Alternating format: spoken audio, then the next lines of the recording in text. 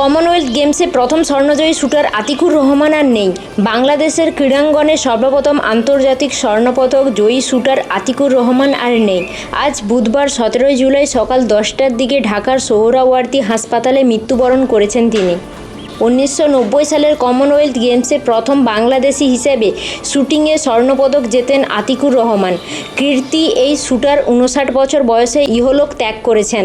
মৃত্যুকালে তিনি স্ত্রী ও এক পুত্র ও কন্যা রেখে গেছেন। তার মৃত্যুতে বাংলাদেশ শুটিং স্পোর্ট ফেডারেশন গভীরভাবে শোকাহত। আজ বিকেল 3টায় বাংলাদেশ শুটিং স্পোর্ট ফেডারেশন প্রাঙ্গণে মরহুমের প্রথম জানাজার নামাজ অনুষ্ঠিত হবে। কীর্তি এই শুটার 1965 সালের 5ই মে জন্মগ্রহণ করেন। 1990 সালে জানুয়ারিতে নিউজিল্যান্ডের অকল্যান্ডে বাংলাদেশকে স্বর্ণপদক এনে দিয়ে চমক দেখান আতিকুর। 10 মিটার পিস্তলের দলীয় ইভেন্টে আব্দুস সাত্তার নিনির সঙ্গে জুটি বেঁধে এই পদক এনে দিয়েছিলেন তিনি। এরপর 1993 সালে ঢাকায় এবং 1995 সালে মাদ্রাজে, বর্তমান চেন্নাই সাব গেমসে সোনা জিতেছেন ব্যক্তিগত ও দলগত উভয় বিভাগেই। ক্রীড়া ক্ষেত্রে অনন্য অবদানের স্বীকৃত স্বরূপ তিনি 1994 সালে স্বাধীনতা পুরস্কার লাভ করেন।